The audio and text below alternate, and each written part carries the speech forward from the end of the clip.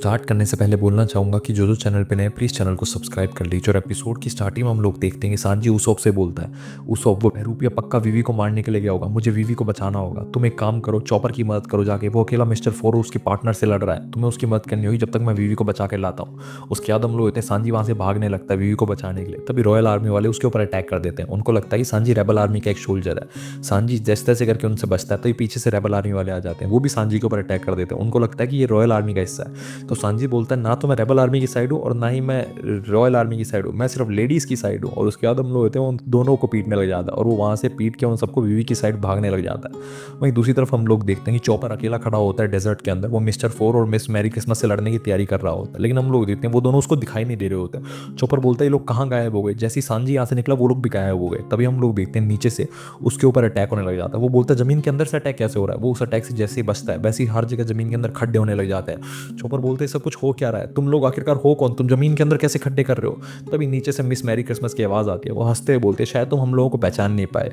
मैं अपने आप को बाद में इंट्रोड्यूस करूंगी, लेकिन पहले मैं तुम्हें हमारे मिस्टर फोर के बारे में बताती हूँ। ये एक नंबर के बैट्समैन है। तभी हम लोग होते हैं मिस्टर फोर एक खड्डे में से बेसबॉल बैट लेकर आता है। वो बेसबॉल बैट को जैसे ही घुमाता है वैसे ही आसपास की चट्टानों के अंदर दरारें पड़ने लग जाती हैं। उसकी पावर देखकर चॉपर काफी ज्यादा डर जाता है, लेकिन फिर भी वो अपने आप को संभालता है। वो बोलता है मैं पायरेट हूँ, मैं इनसे लड़ सकता हूँ। वहीं दूसरी तरफ हम लोग देखते हैं कि मिस्टर बॉन क्ले वीवी के ऊपर अटैक कर देता है और हम लोग देखते हैं कारो अपनी बची खुशी जान को बचाकर वीवी को अपने ऊपर बिठाकर वहां से भागने लगता है ताकि वो वीवी को बॉन क्ले से बचा सके। तभी बॉन क्ले बोलता है अच्छा तो तुम्हें लगता है तुम मुझसे बच के भाग जाओगी, और वो उनके पीछे भागने लगता है। वीवी को कारो के ऊपर काफी ज्यादा दया आने लगती है। वो बोलती है कारो प्लीज रुक जाओ, तुम्हारी हालत नहीं है कि तुम मुझे बचा के भाग सको। अगर हम लोग सीधा सीढ़ी पे जाते हैं तो सामने रेबल आर्मी है और पीछे से बॉन क्ले आ जाएगा, हम लोग बीच में फंस जाएंगे, तुम भी मेरे साथ मारे जाओगे।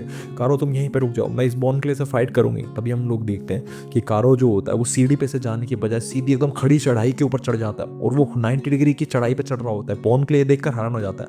वो बोलता है ये एल्बेस्टा की डक इतनी ज्यादा पावरफुल कैसे हो गई।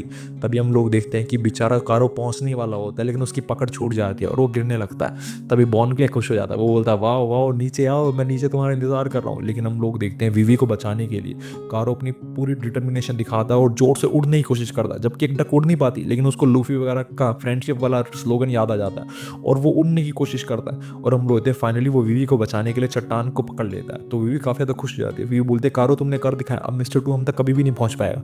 लेकिन हम लोग देखते हैं डिटर्मिनेशन क्या कारो में अकेले में है, मिस्टर टू में भी है, और वो चढ़ जाता है खड़ी चढ़ाई में। वो बोलता है तुम लोग मुझसे बच के नहीं भाग सकते। तभी हम लोग होते हैं जैसे ही वीवी वगैरह चढ़ाई के ऊपर चढ़ते हैं वो रॉयल आर्मी और रेबल आर्मी को आपस में फाइट करते हुए देखते हैं। वीवी काफी ज्यादा दुखी हो जाती है। वो बोलती है कि कारो क्या तुम मुझे इस फाइट से दूर ले जा सकते हो, काजो को यहाँ पे ढूंढना बहुत ज़्यादा मुश्किल है, हम लोगों को कोजा को ढूंढ नहीं पाएंगे, हम लोगों को चाका को ढूंढना होगा ताकि हम लोग चाका को रोक पाए। जैसे ही कारो भागने लगता है वैसे ही हम लोग देखते हैं एक उड़ती हुई बुलेट आती है और वो कारो को लग जाती है, जिसके बाद कारो गिरने वाला होता है। लेकिन फिर भी उसको दिखाई देता है लूफी। उसको याद आती है कि लूफी ने बोला था हम सब लोग दोस्त हैं। कारो अपनी पूरी जान लगाता है और वीवी को उस फाइट से दूर ले आता है, लेकिन फिर कारो गिर जाता है और उसको अपनी फाइनल मोमेंट्स में वीवी के साथ बिताए हुए टाइम याद आने लगता है। उसकी आंखों में पानी आ जाता है। वो वीवी को कुछ बोलने की कोशिश करता है अपनी भाषा में जिसको सिर्फ वीवी समझ पाती है। तभी हम लोग देखते हैं पीछे से बॉन क्ले आ जाता है और वो बोलता है मैंने तुम्हें बोला था ना, चाहे तुम कितनी भी कोशिश करो तुम मुझसे नहीं बच के भाग सकते। और वो कारो की तरफ देखते हुए बोलता है हट जाओ यहाँ से, मुझे सिर्फ प्रिंसेस से काम है। लेकिन हम लोग देखते हैं कारो मर रहा होता है, उसकी हालत इतनी ज़्यादा खराब होती है, फिर भी वो खड़ा हो जाता है वीवी को बचाने के लिए। तभी हम लोग देखते हैं उसके टीम वाले यानी कि उसके दोस्त आ जाते हैं और वो मिस्टर बॉन क्ले को जोर से मार देते हैं। उसके बाद हम लोग देखते हैं वो वीवी की तरफ इशारा करते हैं, उसको बोलते हैं कि तुम कारो पे यहाँ से ले जाओ। तभी हम लोग देखते हैं पीछे से सांजी आ जाता है और वो बोलता है कि कैप्टन कारो तुमने बहुत ज़्यादा अच्छा काम किया, आज तुमने साबित कर दिया कि तुम सच में मर्द हो। फिर वो कारो के दोस्तों को बोलता है कि तुम लोग कारो को लेकर यहाँ से जाओ, उसको मेडिकल की ज़रूरत है। और वीवी तुम्हें भी यहाँ से जाना होगा, तुम्हें रिबेलियन को रोकना है, तुम इस जैसे एजेंट पे काम मत करो, ये इस बहरूपिये को मैं संभाल लूंगा, आखिरकार मिस्टर प्रिंस कब काम आएगा। उसके बाद हम लोग देखते हैं वो बहरूपिये यानी कि मिस्टर टू की तरफ देखते हुए बोलता है कि अच्छा तो तुम ही हो वो बहरूपिये जो लोगों के अंदर ट्रांसफॉर्म हो सकते हो। तो मिस्टर टू बोलता है कि तुम कौन हो, तुम मेरे रास्ते से हट जाओ, मुझे प्रिंसेस से काम है, तुम खामे खा मारे जाओगे। तभी हम लोग देखते हैं वीवी जो होती है वो वहाँ से भागने लगती है सांजी के बताए अनुसार और कारो को भी उसके दोस्त ले जाने लगते हैं। तो मिस्टर टू बोलता है कि ओए वो भाग रही है, मुझे उसे पकड़ना है, तुम मेरे पीछे मत आओ। तो सांजी बोलता है कि क्यों ना पहले तुम मेरे शार्प शूटर के चश्मे मुझे दे दो। और हम लोगों को पता चलता है कि मिस्टर टू जो था उसने उसोप के चश्मे चुरा लिए थे उसको पीटने वाले। तो सांजी उससे फाइट करने लग जाता है और हम लोग देखते हैं सांजी उससे थोड़ी देर तक फाइट करते करते बाद में बोलता है कि तुम्हें क्या लगता है मैं हमारे शार्प शूटर की तरह तुमसे आसानी से हार जाऊंगा। तो मिस्टर टू भी समझ जाता है कि इस बंदे में पावर तो है। तो मिस्टर टू बोलता है कहीं तुम ही तो वो मिस्टर प्रिंस नहीं हो जिसके बारे में बॉस बता रहे थे। तो सांजी बोलता है कि मेरा नाम सांजी है, मैं फर्स्ट क्लास कुक हूँ दुनिया का। तो बॉनक्ले बोलता है तेरे में और मेरे में ये चीज़ तो सिमिलर है, मैं भी फर्स्ट क्लास हूँ, लेकिन मैं कुक ने बुक नहीं हूँ, और तू कुक है ना तो तुझे समझ जाना चाहिए अंडरवर्ल्ड ऑर्गेनाइजेशन से पंगा नहीं लेना मुश्किल पड़ता है कुक के लिए। तो सांजी बोलता है कि मैं सिर्फ एक कुक ही नहीं हूँ, मैं पायरेट भी हूँ, तो मैं भी अंडरवर्ल्ड ऑर्गेनाइजेशन का हिस्सा हूँ। भाई दूसरी तरफ हम लोग देखते हैं नामी और जो डक्स होती हैं वो जोरो को मोटिवेट करने लगते हैं मिस्टर वन से लड़ने के लिए। वो बोलते हैं जोरो तुम ये कर सकते हो, तो जोरो बोलता है चुपचाप कहीं जाके छुप जाओ वरना इन लोगों का ध्यान तुम्हारी तरफ चला जाएगा। और हम लोग होते हैं वैसा ही होता है, मिस्टर वन और मिस डबल फिंगर जो होती हैं वो जोरो को पार करके उनकी तरफ जाने लगती है। तो जोरो बोलता है ओए तुम लोग क्या कर रहे हो, तुम लोग मुझसे फाइट करो, तुम्हारा शिकार यहाँ पे खड़ा हुआ है। तभी मिस्टर वन बोलता है कि गाइड ऑफ किलिंग हमने पढ़ी है, उसका फर्स्ट रूल यही है कि सबसे कमजोर टारगेट को सबसे पहले खत्म करना चाहिए। तो नामी बोलते हैं अरे थोड़ी टाइम रुको तो सही, तुम मुझसे मार के तुम्हें मिलेगा क्या, मेरे पास तो कुछ भी नहीं है, मैं कुछ कर भी नहीं सकती, सिर्फ मेरा चेहरा ही सुंदर है, मेरे पास ना कोई स्किल है ना कुछ, और तुम मुझे मारोगे भी तो भी तुम्हें कुछ फर्क नहीं पड़ने वाला। तो मिस डबल फिंगर बोलती है इसीलिए तो मैंने बोला हम लोग सबसे कमजोर कड़ी को सबसे पहले खत्म करते हैं, और जैसी नाम ये सुनते हो वहां से भाग जाती है। तो जोरो उसकी तरफ देखते बोलता है कि पहले ही मैंने बोला था ना भाग जा और चुप जा, अब इनका ध्यान तेरी तरफ चला गया ना। वहीं दूसरी तरफ हम लोग देखते हैं कि उसोप चॉपर के पास पहुंच जाता है, वो साउथ ईस्ट गेट पे आ जाता है, वो ढूंढने लगता है कि चॉपर वगैरह कहाँ है, क्या फाइट खत्म हो गई है। सांजी तो बोल रहा था मिस्टर फोर और उसकी पार्टनर यहाँ पे, लेकिन यहाँ पे तो कोई भी नहीं दिख रहा। तभी उसकी नज़र चॉपर पे पड़ती है, चॉपर बेचारा गिरा हुआ होता है रेगिस्तान के अंदर। वो चॉपर के पास जाता है और बोलता है चॉपर तुम ठीक तो ना। चॉपर उसोप को देख के खुश हो जाता है, वो बोलता है उसोप तुम ठीक हो, फाइनली तुम ठीक हो। तभी उसोप बोलता कि क्या हुआ, क्या मिस्टर फोर और उसकी पार्टनर चले गए, उन्होंने इतनी तबाही मचा ली।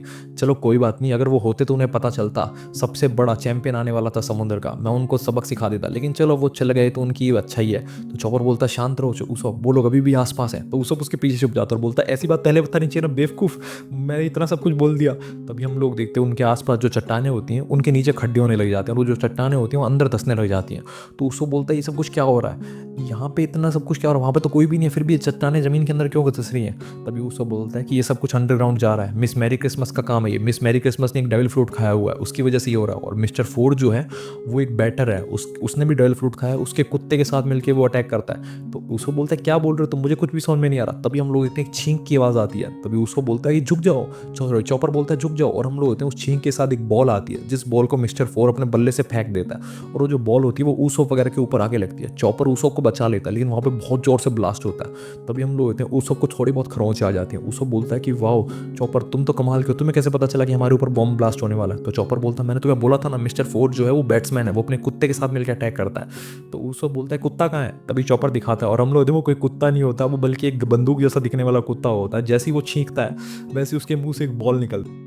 उसोप और चॉपर उस बॉल से बच जाते हैं, लेकिन वो बॉल जो होती है वो मिस्टर फोर के पास जाती है, और मिस्टर फोर अपने बल्ले से उनकी तरफ फेंक देता है। जैसे ही वो बॉल उसोप के पास आती है वैसी वो फट जाती है। अब की बार उसोप बचा था, लेकिन वो उसके पास आके फट गई। तो उसको बोलते ये क्या हुआ, ये तो बॉल मुझे टच ही नहीं करी थी, ये अब की बार कैसे फट गई। तो चॉपर उसको बोलता है मैंने तुझे बोला था ना ये दोनों मिलकर अटैक करते हैं, और ये बॉल नहीं है, ये एक टाइम बॉम्ब है, ये तभी फटती है जब इसका टाइम पूरा हो जाता है। ज़रूरी नहीं है किसी चीज़ को हिट करे या फिर ना, ये एकदम टाइम को कैलकुलेट करते हैं और फिर उसके बाद फेंकते हैं। इसको पता है कि उस बॉल को हमारे तक पहुँचने में कितना टाइम लगेगा। और अगर अपन लोग दूसरे तरीके से सोचें तो ऐसा है कि जब तक इस बॉल का टाइम पूरा नहीं होगा तब तक ये बॉल फटेगी नहीं। इसलिए मैंने ट्राई किया था कि क्यों ना मैं इस बॉल को कैच करूं और इन्हीं की तरफ फेंक दूं, लेकिन ये बॉल इतनी ज़्यादा भारी है कि इसको कैच करना और उनकी तरफ फेंकना बहुत ज़्यादा मुश्किल है।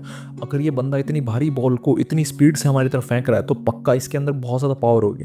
तभी हम लोग होते हैं मिस्टर फोर थोड़ी देर के लिए थक जाता है और अपना बैट जैसे वो एक दीवार के पास रखता है, सिर्फ उसके बैट के वजन से वो दीवार टूट जाती है। तो उससे बोलता है आखिरकार इसके बैट में कितना टन वजन है, ये इतनी पावरफुल कैसे हो सकता है। तभी हम लोग वहाँ पे मिस मैरी क्रिसमस आ जाती है और मिस्टर फोर को बोलते तुम आराम किस लिए कर रहे हो, इनके ऊपर अटैक करो।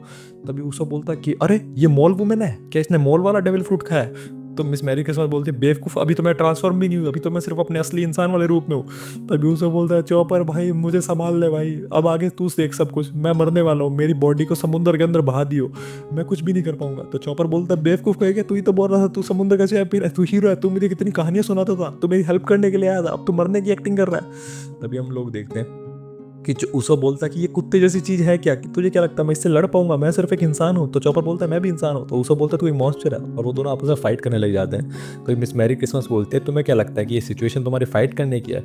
तो हम लोग देखते हैं जैसे कि किसी बूढ़ी औरत ने उनको डांटा हो, वैसे ही ऊसोप और चॉपर बिल चुपचाप उसकी बात मानते और बोलते हैं हमें माफ़ कर देना। तो मिस मैरी क्रिसमस बताते हैं कि इसका नाम लासू है, ये एक गन है जिसने डेविल फ्रूट खाया था मट, जिसके बाद ही भी कुत्ते की तरह बन चुका है। तो चॉपर बोलता है गन ने डेविल फ्रूट खाया, तुम ये क्या बोल रही हो। तो मिस मैरी क्रिसमस बोलते हैं कि हाँ ये एक नई टेक्निक है जो ग्रैंड लाइन के अंदर है। तो ऊसोप बोलता है मुझे समझ में नहीं आ रहा, बेवकूफ़ मत बनाओ हम लोगों को, कोई गन कैसे हिल सकती है और वो डेविल फ्रूट तो कैसे खा सकती है। तो मिस मैरी क्रिसमस बोलते हैं तुम्हें क्या फ़र्क पड़ता है, तुम तो वैसे ही मरने वाले हो, तुम जान के करोगे भी क्या, तुम जिस टेरिटरी में घुसे हो ना, इस टेरिटरी का नाम है द मॉल हिल ब्लॉक 4, तुम हम लोगों को हरा ही नहीं पाओगे। उसके बाद हम लोग वो मॉल के अंदर ट्रांसफॉर्म हो जाती है और वो बोलता है कि देखा अब ये है मेरे ट्रांसफॉर्मेशन। तो उसको बोलता है अच्छा तो तुम पेंगुइन हो। तो वो बोलते हैं बेवकूफ़ मैं एक मॉल हूँ, मैंने मॉल फ्रूट खाया है। उसके बाद हम लोग देखते हैं वो दोनों फिर से गायब हो जाते हैं। जिसके बाद चॉपर बोलता है कि देखा अब ये लोग अंडरग्राउंड चले गए, अब वो अंडरग्राउंड है। तभी उसको बोलता है यही टाइम है मेरे भागने का, और वो वहाँ से भागने की कोशिश करता है। तो चॉपर बोलता है बेवकूफ़ तो मुझे बचाने के लिए आया था। तभी हम लोग देखते हैं पीछे से लासो यानी कि वो डॉग आ जाता है और वो छींकता है। वो जो बॉल होती है वो उसॉप के पास आती है, उसॉप उससे बच जाता है, लेकिन तभी मिस्टर फोर उस बॉल को दोबारा मार देता है, जिससे उसॉप काफ़ी ज़्यादा डर जाता है। लेकिन वो देखता है कि वो जो बॉल है वो ऊपर चली गई है। तो उसॉप बोलता है कि मुझे लगता है ये बैट्समैन इतना भी ज़्यादा अच्छा निशानेबाज नहीं है, इस बॉल से तो मैं कभी भी बच जाऊंगा, ऊपर से आती हुई बॉल से तो मैं बंद आंखों से बच सकता हूँ। लेकिन तभी हम लोग बॉल नीचे गिरती है, लेकिन फिर भी भागते हुए उसॉप की तरफ आने लगती है और उसॉप की तरफ आके ब्लास्ट हो जाती है। इसी के साथ एपिसोड खत्म हो जाता है। अगले एपिसोड के लिए बने हमारे साथ, तब तक बाय बाय।